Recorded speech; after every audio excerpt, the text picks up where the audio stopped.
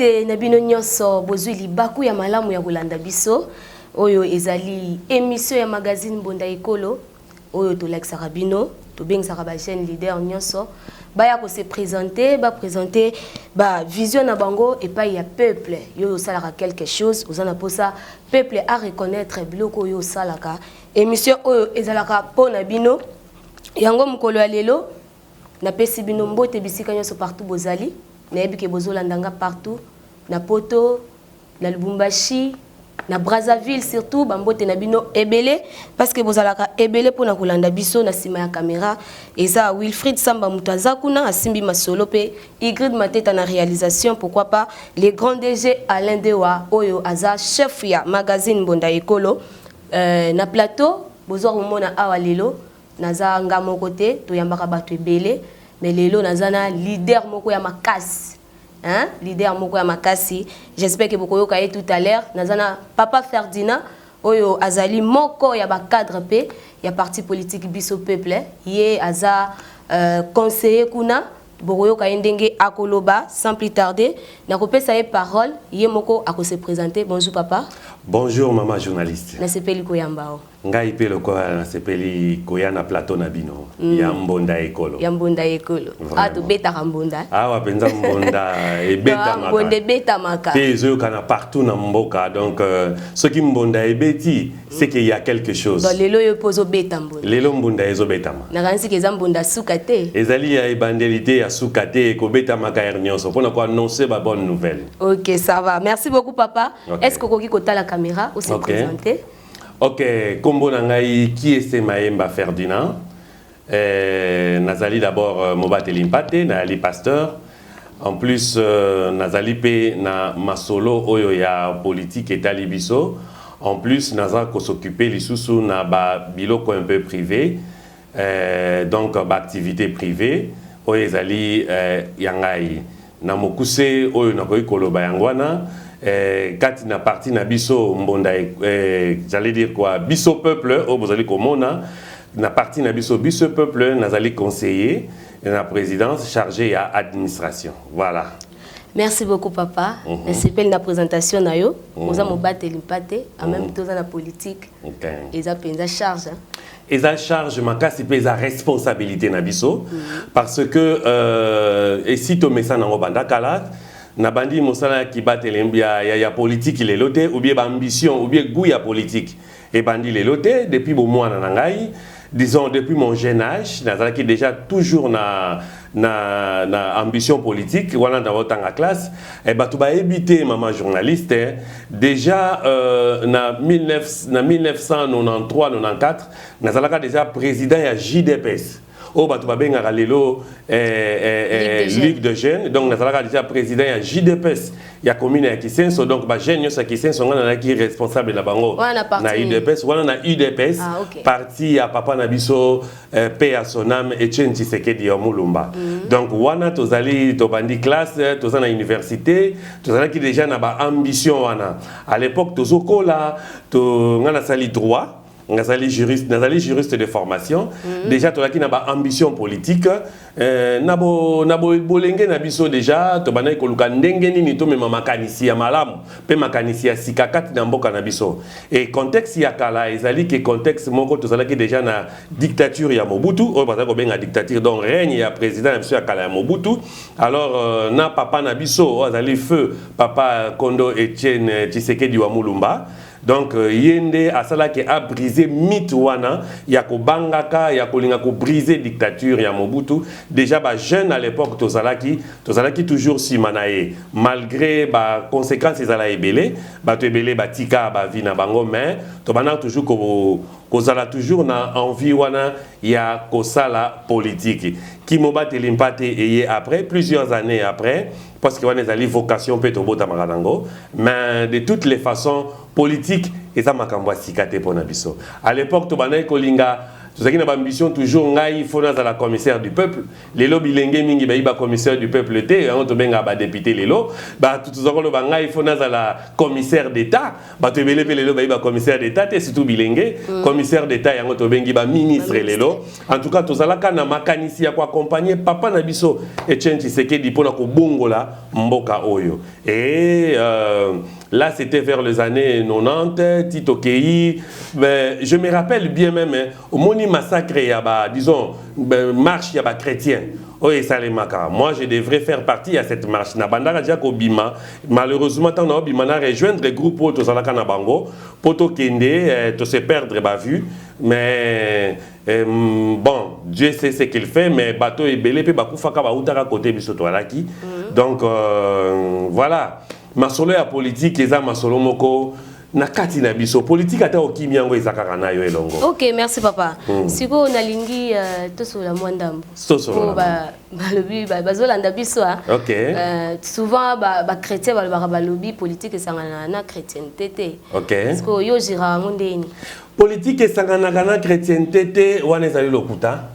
Wana ezali peut-être bango ba éviter politique nini, peut-être bango ba éviter vision ya biso peuple des années parce que biso peuple azana makanisi ya sika alingi alongola batu makanisi o ya koloba ke soki mutalobi o azo sala politique c'est-à-dire azo sala mensonge car ezalaki so akomi moyibi moi non azo beta politique ya c'est-à-dire que moi non azo beta lokuta te biso peuple aina makanisi ya sika aya kolobela batu ke politique ezali l'art de diriger la cité. Donc na biso peuple ozala pasteur ozala évêque ozala diacre. D'abord au moins na Congo oyo kobanda d'abord na bishop na papa na biso molimo ba évêque ba monseigneur ba cardinal biso nyonso tozali ba peuple congolais. Alors biso peuple azui biso peuple congolais mobimba po ete toyeba ete politique ezate ko buka lokuta politique ezate ko yiba na kati na biso peuple avec vision ya mokambi na biso mama Sandrine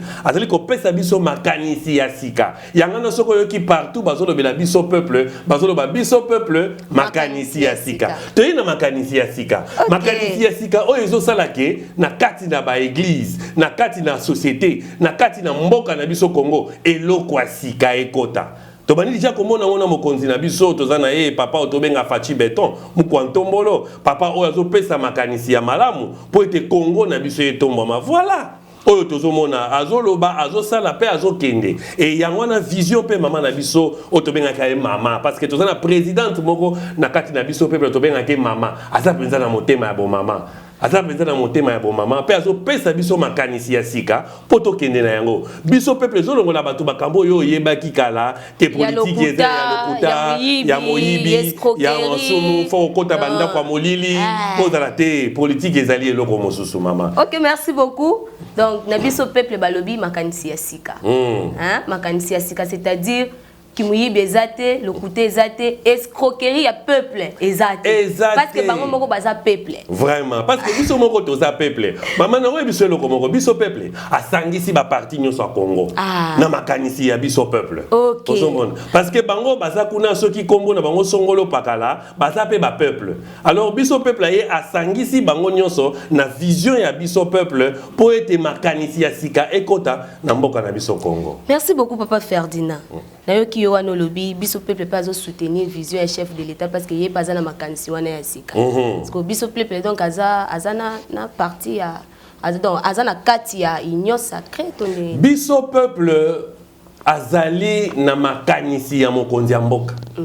Natango soki bomona ki na ba bilili eleki pe bolanda ki na kati na chaîne na biso oyo tozali koleka sikoyo bomona ki pe boyoka ki que présidente na biso atiaki mokolo to na ye na lisanga oyo babengi ya union sacrée oyo ezoko permettre na papa na biso Fachi Beton azala na deuxième mandat tozo soutenir makanisi na ye po ete amemeli biso eloko moko ezalate na Congo mama tanga histoire tanga Congo esika ebanda na ekomi lelo bato bazana misu ya komona bazomona pe o bazana makanisi ki mutema mabete bato mususu kala ki mutema motema mabe ya longwanga na yawana mais bato bazana miso ba mona Congo ezoke na ndenge mususu avec papa na biso Fachi Beton Congo ezobongwama yango baninga mususu balobaka lelo nde to mona boye te kimakinkaka eza eloko mususu mais Congo ezobongwana bino bobi boza peuple mais actuellement peuple azolela actuellement te to solo la mwandam to solo la maman tozo solo la biso peuple azali abanga raté président Fachi akoti na pouvoir aye na 2019 na 2019 OK aye to moni ba gouvernement leki mo ebele OK mais peuple azolela kaka peuple azolela siko to moni pe gouvernement mususu ekoti to moni ba présence ya ba Vital Kamerhe présence ya ba Jean-Pierre Bemba bon ba yeko rejoindre siko gouvernement wana so oza sur penza ke ba ko sisa ko lela ya peuple maman d'abord avant papa na biso Fachi Beton ya olandaki déjà vision ayaki nango ya ko changer mboka oyo ya ko longola corruption soki bozotala ba sport mususu elekaka abandaki koloba o oza mwana mai nanga o toliaka na yo nini ozwi boto kangio mais abandaki musala liboso na bato pe bazalaki na makanisi ya kosala lokola na ndenge elekaka la bato wana balikaki pe ba mema vision na bango na kati na mandat na ye mais yango esalaki ke IGF oyo biso no soli kobeta maboko abandaki pe kozwa kotala komona ndenge nini ya kosala et c'est vrai tango azwi sikoyo kibokonzi alingi abanda kosala mama badongolo miso bato balinga Congo te bato bazomona ke richesse a Congo bango baya koyiba basala soki ndenge nini baye ko imposer biso guerre moko o ezake moyen mokonzi na biso ya mboka a appliquer politique na ye malamu ezate mama oyebi bitumba soki écouter biso combien na mboka oyo mbongo oyo fallait basala bilanga mbongo oyo fallait basala soki wapi bacha wapi basala nzela po masango oyo eza na bandundu fufu oyo eza na ba Congo nzela ya Chikapa na Kasai partout mama natamboli mboka wa Congo na yebi Congo partout babiloko ezali kuna eya bana mboka balia basala banzela selon vision mokonzi mboka bache biso guerre oyo mais kala mingi te selon décision mokonzi mboka guerre oyo kosila bino moko bokomona Congo eza na grandeur mususu to lenge mokonzi mboka zui décision ya ko kende liboso pe na batu oyo yatie tozana elika ke batu wana d'abord c'est ça le problème batu wana d'abord balanda vision na ye soki balandi vision na ye nde to kotambola malamu ezate ke lelo par exemple na zui songo exemple moko pakala kati na ba commune na biso kati na ba obeki ba auto économie ba bourgmestre ba auto économie ba tebele est-ce que lelo moi libulu e bandi na commune ndeti biso kuna e pa biso to ali na kisenso kuna tozana mama bulu ebele tozana ba bisika ebele ce qui moi tête des Roger Zali bourgmestre boyi ko zwata initiative dans un premier temps avant ba gros moyen ya ambekata ba processus ya ko ngaba mabulu ya kosala nini ya kosomba basaki sikoyo mbongo oyo aza kozua peut-être na ba taxi ya banzela ya ba wenze banini ya aza kolia mais pona kosala nzela foka mokonzi mboka pesa te eza bongo te donc mutu na mutu esika batie alanda vision mokonzi mboka asala lolenge zali et ngana tane liki ya mama ya koyebisa yo ke Congo oyo eza bien ezo kende pe bien ceux qui na comprendre yo bien donc elo kezo freiner mokonzi mboka ko travailler peut-être du côté social sociabilité ya bato eza ba guerre ndenge zo salema eza ba bitumba oyo mais ceux qui eza ba bitumba parce que to na ebité biso surtout toza peuple lokola bino boza peuple biso pe toza peuple donc biso surtout toza na kati ya biso peuple biso nyonso na kati ya biso peuple OK donc na bato ya est pe baza na kati ya biso peuple biso obengami congolais yango siko na kati ya biso peuple yango siko tolingi toyeba po peuple wana pe oyo aza kuna azoluka yeba OK lokola mokonzi mboka lobi ye azo s'occuper na makambo est ya ba guerre tout ça mais est-ce que bato wana pe depuis babanda ko ça oyebi ke ba déplacer na bazo souffrir tebi mama bazo nyokwama baza na soutenance te baza na assistance te bazo zanga même ya kolia lelo kutu bazo lobela balobi bana donc bana o surtout na côté pe ya kwa mutu oyebi ke na côté kwa mutu pe ba désordre zo salema makasi ba guerre ya bateke na bayaka ezo salema mais siko nyonso wana mokonzi mboka zo loba nini parce que to yeba nanu mwandambo po population wana zolela mama nakoye biso liboso mama journaliste Congo photo pambola ka papa mokonzi na biso ya mboka topesaka nzambe merci ya kotindela biso moto lokola ye parce que aye kolongola biso soni aye nzamba tindi ye pour apangusama et miso ya biso peuple mobimba. Oyo ezali incarné na parti na biso peut kolobela kaka peuple congolais. Pour ngai moko pe nazali peuple. Omoni ndego otoloba, c'est vrai. Ba déplacer bazali mais na oyo azali kosala ezali kaka te azali kokipe na nini soko zolanda na bilili mama azoko kenda à gauche à droite pe azoko sala na ndenge sengeli banzela banini biloko ebele pona kobongisa donc na ebité soki azwaka pongi esika azali parce que faut atala social faut atala bitumba ya mboka faut atala boye faut atala boye faut atala boye lolenge azali azotala c'est vrai. Et ça déjà na ba initiative et salami, et ça déjà na makambo et salami ce qui pose au kolanda maman diplomatie na ye, ezali ko futa.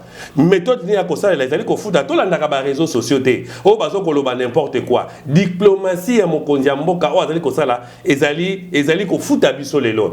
Et je crois kala mingi te awa basangwa malamu ekoya yangana tozo soutenir ye to pesa ye lisusu mandat o ezali koya na mandat ezali koya to kobeta masolo mususu mama journaliste ce qu'on a part na bino ya parti biso peuple bozo lobela nini pour la population wana ya est biso peuple d'abord toza de cœur na population ya est na ya kwa mutu parce que tu n'as pas liboso ya est toza kaka na population ya est na kwa mutu te mais na population pe baza na malemba nkulu na population pe baza na riwara na population pe baza na au fin fond ya ba Kongo kuna na population pe baza na kisenso awa o baza koyoka posa kotoka mai bazomona pesa kotoka mai te o bazo koyoka posa ya mwa ilotiliki ya mwa courant et mono na rakutu te et ça na sika mususu réseau kutu ya communication ezo mona na te na yebi ke toza de cœur na batu yangana to ye na makanisi ya sika yangana biso na biso peuple makanisi toza nango tozo ko soutenir mokonzi mboka tozo ko proposer un peu makambo malamu na mokonzi mboka na kati na vision na ye toza na makambo malamu toza de cœur na bango mama na ko biso eloko moko et sika bazali Goma ko kende banzela ba Ruchuru ko kende ti partout bazali eza bisika on aleka bisika on atala pena na yebi ba condition ni bazo vivre nango omoni biso awa toza par exemple na Kinshasa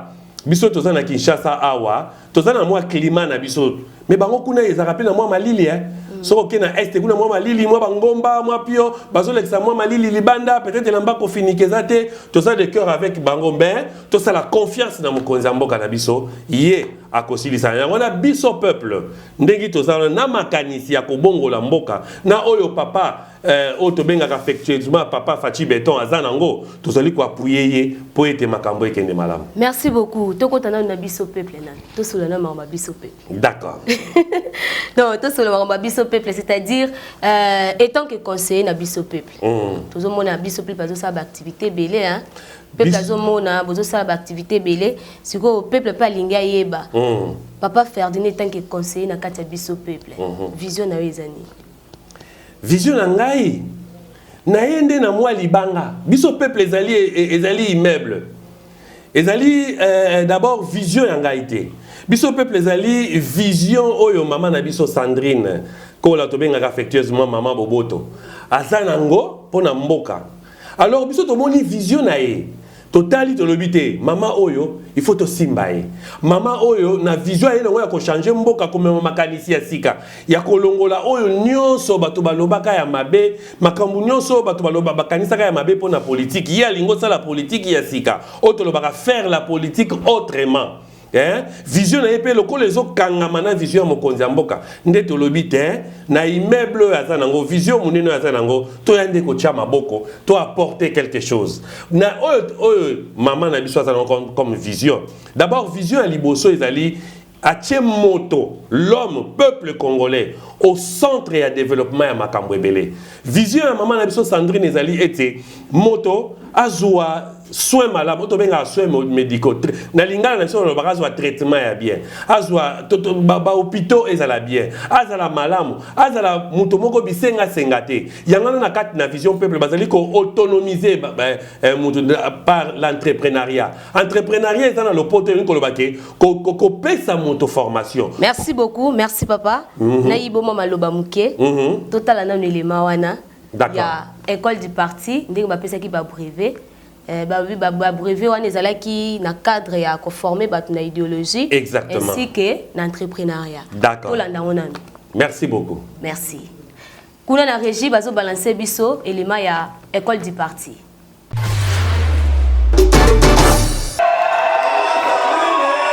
Après 2 à 3 semaines de formation, parti politique Biso Peuple BP na Mukuse ba organisaki mobange ya activité ya remise ya ba brevet mokolo ya samedi 8 avril 2023 na affaires étrangères na ville province ya Kinshasa. Ba milita ya parti Biso Peuple bayaki ebele kasi suki wana te tomonaki pe présence ya ba autorité ya ndenge na ndenge kaka ndenge bozali komona pona ko soutenir idéologie oyo.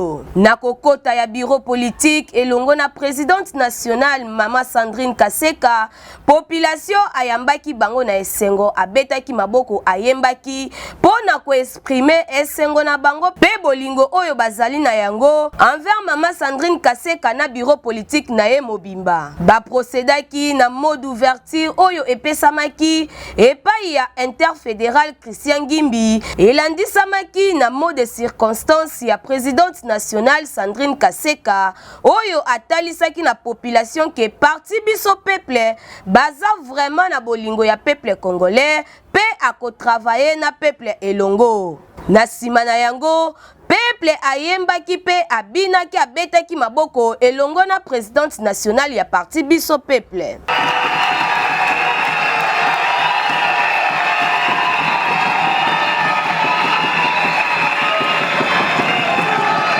Nasima ya nyonso, secrétaire général adjoint ya parti politique Biso Peuple Cédric Longoba apesaki mot de remerciement elandisamaki bongo na étape ya remise ya ba brevet oyo epesamaki na ba autorité ya ndenge na ndenge kaka ndenge bozali komona esalemaki avec impact na idéologie epesamaki kobanda na ye moko le numéro 1 Mama Sandrine Kaseka na ba cadre pe na ba membre nyonso ya parti Biso Peuple oyo ba participaki na formation ya école du parti. Lokole elekaki malamu boyo kandenge secrétaire général adjoint Cédric Longomba na cadre moko ya parti Biso Peuple mwana mboka Ferouz Amani ndenge s'exprimaki liboso ya caméra na biso. Tepela touti lelo kopesa ba brevet na ba nyonso oyo balandaki mateya ya idéologie pe ya entrepreneuriat na kati ya parti politique na Biso Peuple. Bon na pesi d'abord merci na eloko oyo ba opesa nga lelo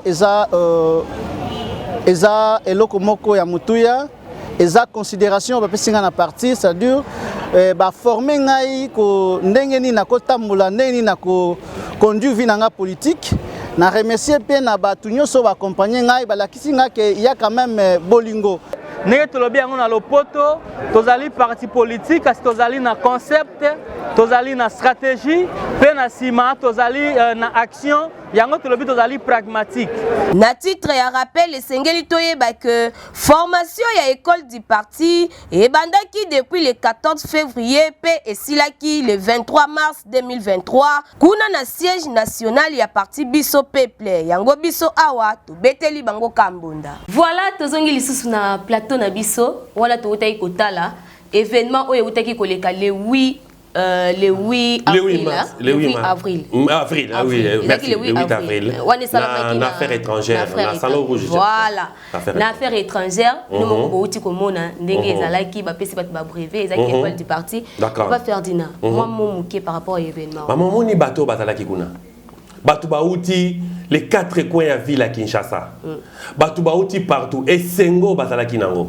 Je crois bauti komona na bateau to biso ba oyo to zwaki ba brevet ba lakisi biso yo pozwa ki brevet ngai pe na zwaki brevet maman na vision ya maman na biso Sandrine il fallait ba kotisa biso lo lenge nini to koki ko tambwisa ekolo lo lenge nini ekolo koki ko zala wana zaki école du parti maman depuis époque ya Mobutu oyo basalaka école babana kobenga institut Makanda Kabobi.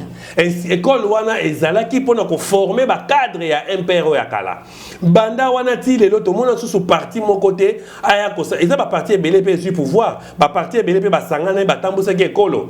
Mama biso to uti ko ya na kati na parti biso peuple sili ko ya awa. Mais déjà na temps auto ça ngo ya muke mais makambo to sali ya ebele. Ya ebele makasi. Yango nous sommes déjà biso peuple aye na école du parti. Ya kotalisa biso ete mama motuno tuna kingane bandeli. Ya koloba ete eske politique boye boye te ba kotambusa biso tala politique eza nini. Il faut linga d'abord bato oyo bazana sima. Bato oyo zo kamba. Bato oyo batindi yo, batie yo bourgmestre, batie yo député provincial, national, batie yo ministre kanisa peuple. Parce que mokonzi mboka ye na vision ya kobongisa, yope kanisa esiko oti mama eza ba député ebele o to mona ba voter ye dernièrement nazalaki na bandeko na ngai kuna na Kisenso nazalaka na bango de temps en temps na fandaka na bango parce que natangi kuna na koli kuna famille na ngai na masolo to zalaki nango dernièrement na tuni banda ba vota ba député ba kende libela bakende libela bakenda bazonga raté mama ba député na biso bazali omoni tangu Noé asalaki masuwa nzamba yebisi esala masuwa mbula ekobeta mbula ebeta kiti tangu bakotisaki mwa batu na masuwa wana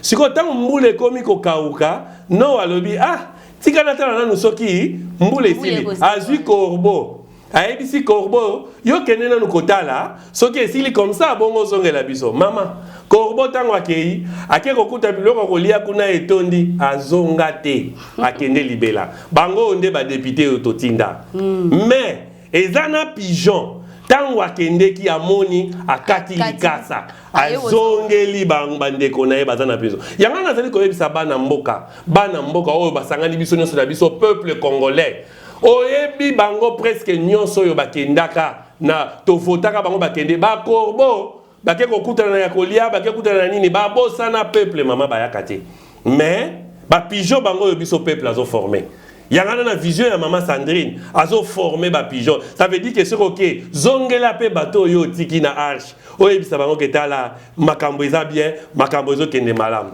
merci beaucoup mama na yo ki ozo lobela mingi Kinsenso oza na base kuna mama ngande na botami kuna obotami na Kinsenso oza mwana Kinsenso na botami kuna na za natif so na lobi na botami kuna na tangi bakoko na bakoko na tangi école primaire na ngai na école babengaka armée di Sali eza côté na armée na likolo kuna na Chine na sali CO na ngai na auto babengaka mupele lo babengaka la colline soko ke na EP13 oke na mupe kuna na la colline okuta kombo na nga mama avenue na biso avenue Lutunu numéro 17 da quartier mission na balobetelo lisolo ya commune wana les 4 coins eze pa na yo eze pa na ngai osola ka pe na bango yeba pe bakosa ba na bango mikolo nyonso to solo la kana bango to yeba na bango wana nde eza epa na ngai yanga nazaka na souci na bango makasi mama nzamba asalinga ngolu na mosala oyo tozali kosala ya kopalanganisa sango malamu na mokili mobimba natamboli bamboka ebele natamboli ba pays ebele e pays abela mokili ba pays ebele mokili